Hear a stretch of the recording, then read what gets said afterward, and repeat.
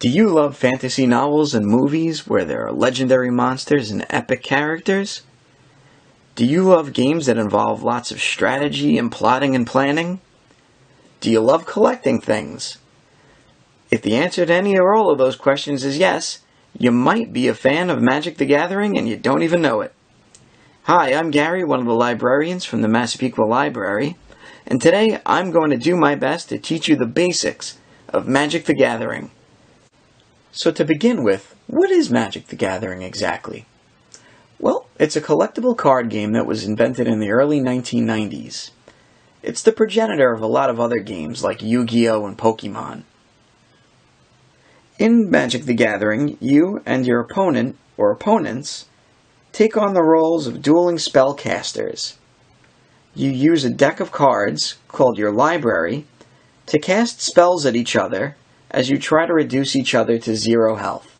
The rules of Magic can be a little tricky at first, but once you learn them, the game is a very fun and entertaining hobby. You can play at all levels of difficulty, from casual play with your friends and family to tournament level play. So let's move on to the way that a game usually plays out.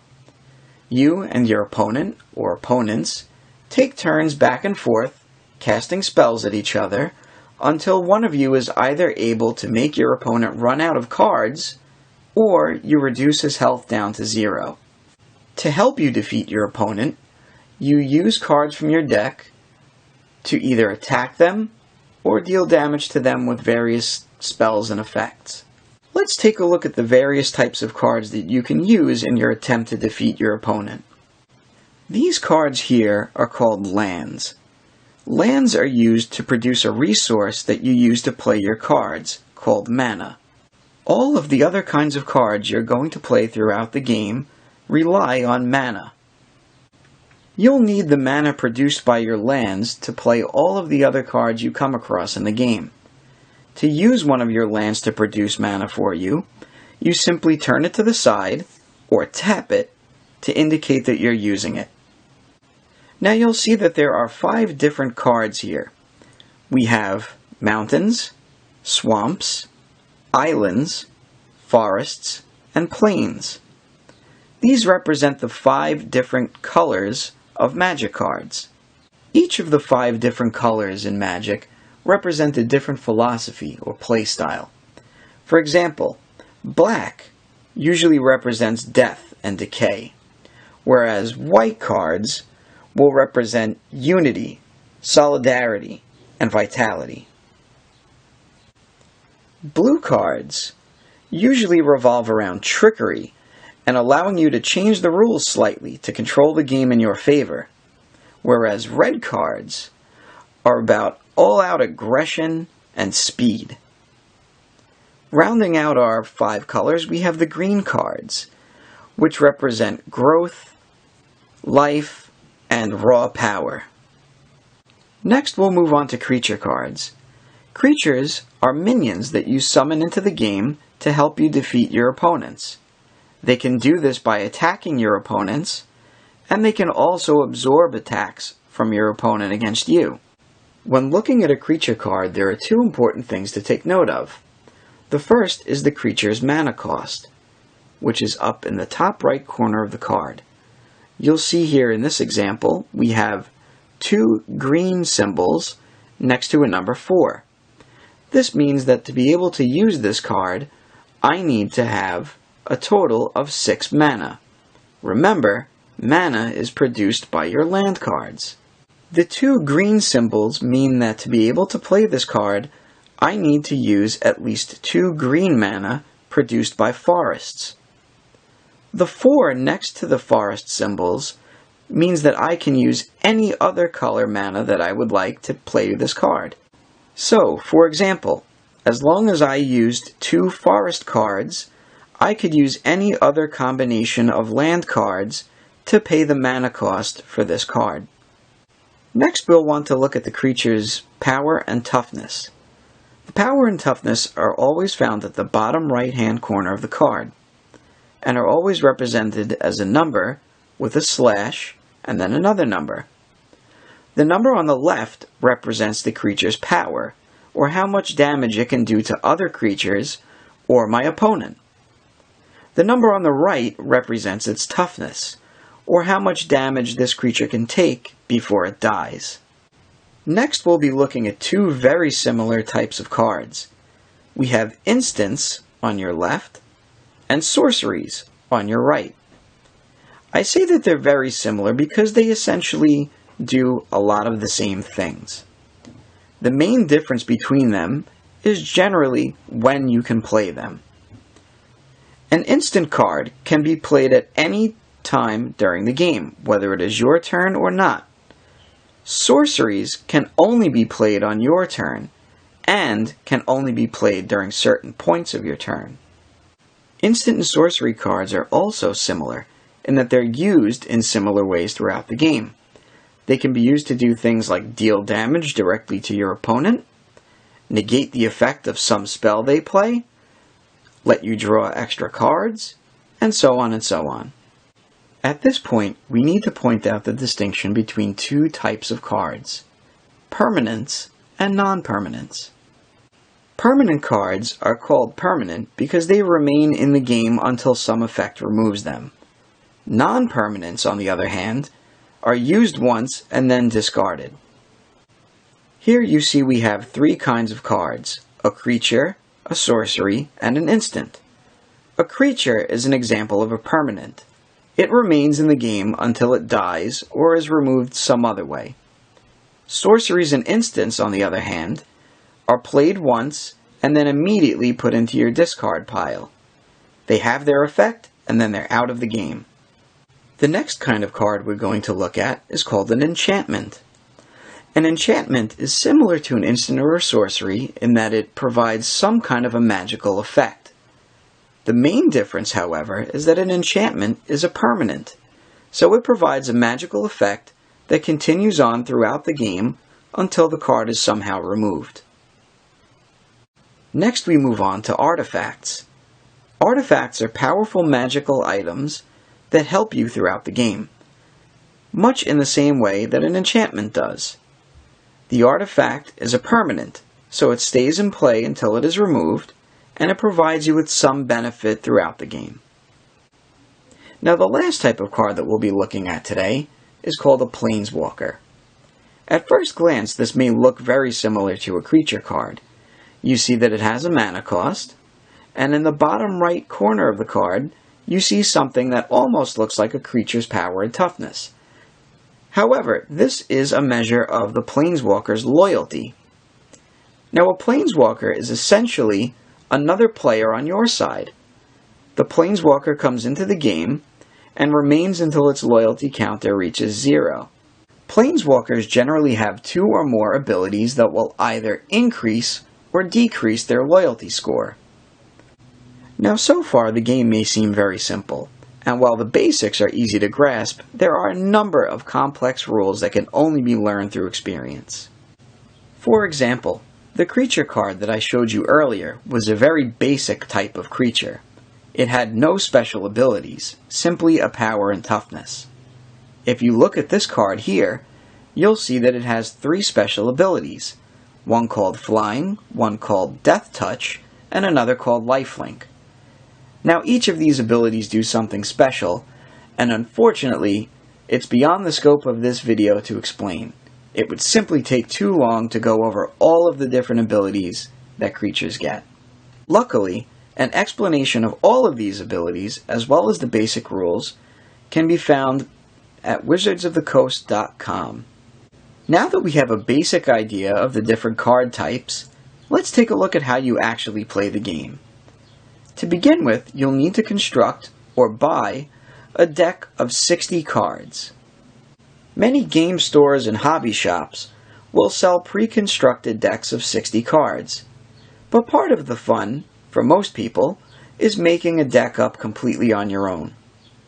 If you're going to construct your own deck, you generally want to make sure that you have a balance between creature cards, land cards, and everything else. This will ensure that you have all the tools you need to take down your opponent. Before you start any game of Magic, you'll want to make sure that your deck is well shuffled. Once all players are ready to begin, the first thing everybody will do is cut their deck in half. This just ensures that somebody hasn't tried to cheat by stacking their deck. The next step is to figure out who's going to go first. To do this, each player will flip over their deck and look at the bottom card. What each player will do next is look at the mana cost of this card. Whoever has the highest mana cost will go first. As we touched on earlier, mana costs have two parts. There's a number, and then there's a colored symbol. On this card, for example, we have a number 1 next to a black symbol. The total mana cost of this card is 2. Whenever you're trying to figure out the total mana cost of a card, you simply add whatever number you see to the number of colored symbols. For example, if this card had 3 blue symbols and a number 4 next to them, it would have a total mana cost of 7. The next thing each player will do is draw 7 cards.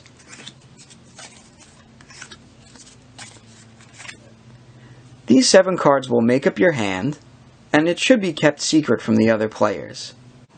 An important rule to remember is that each player may only have 7 cards in their hand at the end of their turn.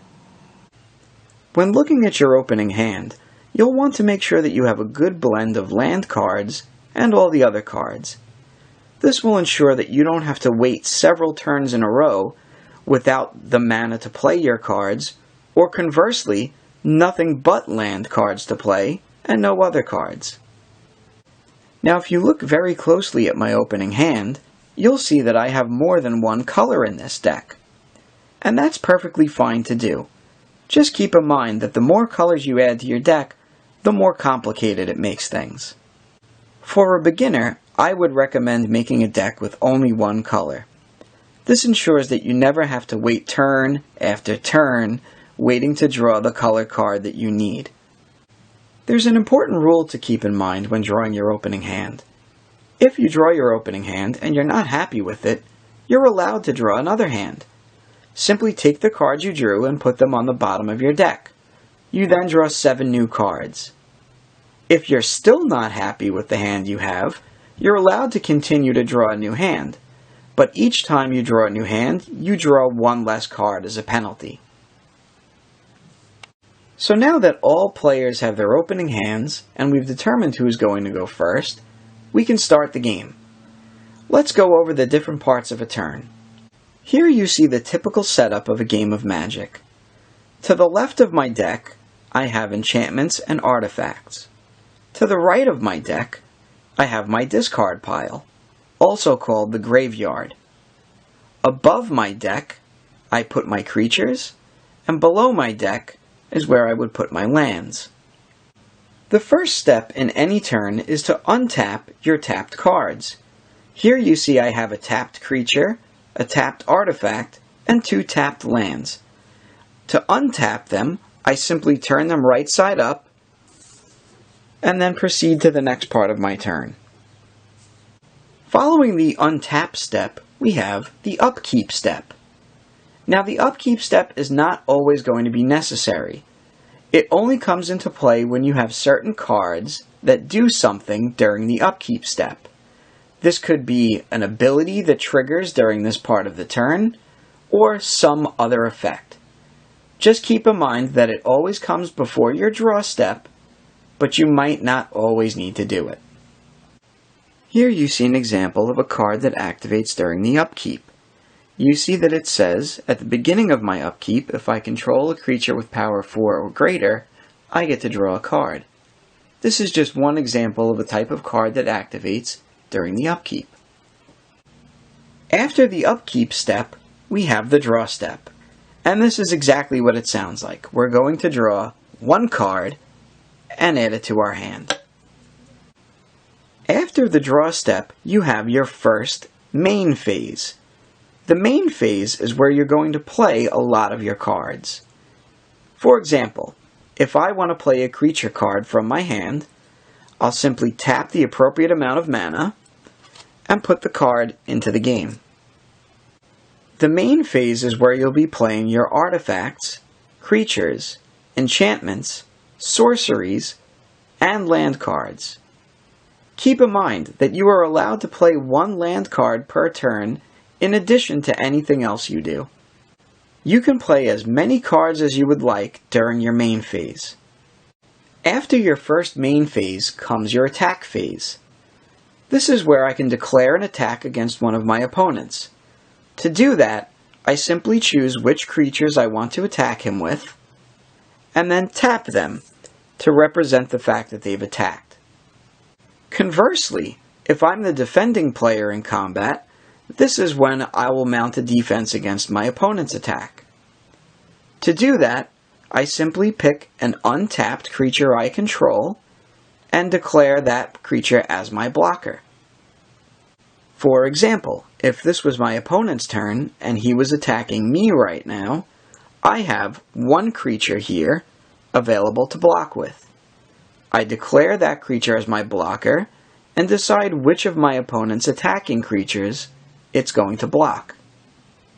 During combat, it's important to note that the attacker does not choose which of his opponent's creatures he is attacking. He simply says he's going to attack, and it is up to his opponent to decide whether or not he or she will use their creatures to block. Each player starts off with a total of 20 life. You lose life by being targeted by your opponent's spells or attacked by his or her creatures. During combat, creatures will be dealing damage both to each other as well as the players.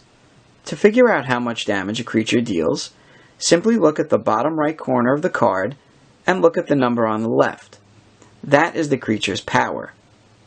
To figure out how much damage a creature can take before it dies, look at the number on the right. That is its toughness. When one creature attacks and another creature blocks, they both get to deal damage to each other equal to their power. In this case, the vampire on the right will deal 3 damage to the dryad on the left. This exchange of damage happens regardless of who is the attacker and who is the blocker. Now you see that both creatures here have 2 toughness. This means they can take 2 damage before either of them dies. The vampire will deal 3 damage to the dryad and only receive 1 in exchange. The dryad can't handle the 3 damage it's going to take, so it dies. The vampire, on the other hand, can absorb the 1 damage from the dryad without dying. Creatures that take damage during combat do not carry that damage over after combat. So in this example, the vampire will be at full health again after this fight. This would be a good point to show you how to play an instant spell. An instant spell is a very valuable spell, especially during combat, because you can play it even if it's not your turn. What I would do is pay the mana cost of the spell by tapping my lands, and then I put the card directly into my graveyard. Now in this case, I'm playing a card called Lightning Strike. Lightning Strike will allow me to deal 3 damage to any target I choose. So, if I was the defending player right now and I was being attacked, I could say, well, I'm going to deal 3 damage to whatever creature is attacking me. And it may or may not be enough to kill that creature. Now that combat is over, we move on to the second main phase. During my second main phase, I can play any cards that I could during the first main phase. If I had mana available, I could play more creatures or spells. Once you're done with your second main phase and you have no more cards to play, you move on to your end phase. The end phase is something that you can almost skip on most turns. It only ever comes into play if you have certain cards that say things happen during your end phase. In this respect, it's very much like the upkeep phase. Here is an example of a card that activates during the end step. You'll see that it says that during the beginning of my end step, I can create a creature if I've gained some life this turn. This is just one example of a card that activates during the end step. Once you finish with your end phase, your turn is over and play moves to the next player. So now that we've gone over most of the basics, I'm going to give you a quick example of what a turn would look like. So let's say this is the state of my cards here after my last turn. I'll begin my turn by untapping everything. Next, I'll check to see whether or not I need to do anything during the upkeep for my cards. In this case, I don't. So I'll move on to the draw phase. I'll draw a card, look through my hand and see that I have a forest to play. So I can put down that. Next, I'll look through my hand and see if there's anything else I'd like to play. And there is. I have a creature card that I would like to play. The card that I want to play, called Catacomb Crocodile, requires me to have 4 mana of any color and 1 black mana. Now if you look at my board here, you'll see that I only have green lands. So I don't have any lands to produce black mana. Luckily, I have an artifact here that will let me add 1 mana of any color into the game for me. So I will tap this card to give me that mana. And I'm also going to tap this creature here because it also gives me mana when I tap it. It's just one of that creature's abilities. So, between those 2 cards and my lands, I have enough mana to play my crocodile. Okay, I'm done playing cards, so we move on to the attack phase. An important rule to keep in mind is that creatures cannot attack the turn that they come into a game. It's a condition called summoning sickness. Your creature was basically just poofed into existence, and it needs a turn to get its bearings. So that being said, I can't use my crocodile or my tapped dryad to attack. So the only option I have is to use my vampire if I want to attack. I'll do that by tapping it to represent I'm attacking. Now, this would be my opponent's opportunity to decide how they're going to block me. For the sake of argument, let's say that my attack was a failure and the creature my opponent blocked with killed my vampire. I would take my vampire and put it into the graveyard or discard pile next to my deck. There are no more attackers or blockers, so combat is over. I move on to my second main phase. If I still had mana left, I could play more cards right now. But I don't, so I will skip my second main phase. We move on to the end phase. I check my cards briefly to make sure that none of them have an ability that triggers during the end phase, and I see that none of them do. So, I'm going to end my turn here and pass play to my opponent. And there you have it. That's how to play Magic the Gathering in a nutshell. So now that you have a good idea of how to play the game, you might be wondering, well, how do I win? There are 2 ways. You can either win by reducing your opponent's life total to 0 by attacking him with creatures or harming him with spells, or by playing the game so long that one opponent or another runs out of cards. If your opponent runs out of cards, he or she is out of the game and you win. The same applies to you, though. So there you have it. Those are the basics of how to play Magic the Gathering. Now, as I pointed out, these are only the basics. There are many other rules, some of which you're only ever going to come across every once in a while. Something to keep in mind is that I did leave certain things out of this video in order to keep it brief. Things like creature abilities would take far too long to explain in one short introductory video. Check back later, as we may be adding another video that goes in depth and explores more of the advanced features of the game. Thanks for watching. I hope you had a fun time and I hope you learned something too. Hopefully this game doesn't look very confusing anymore, and I hope that I've inspired you to maybe go out and try it for yourself.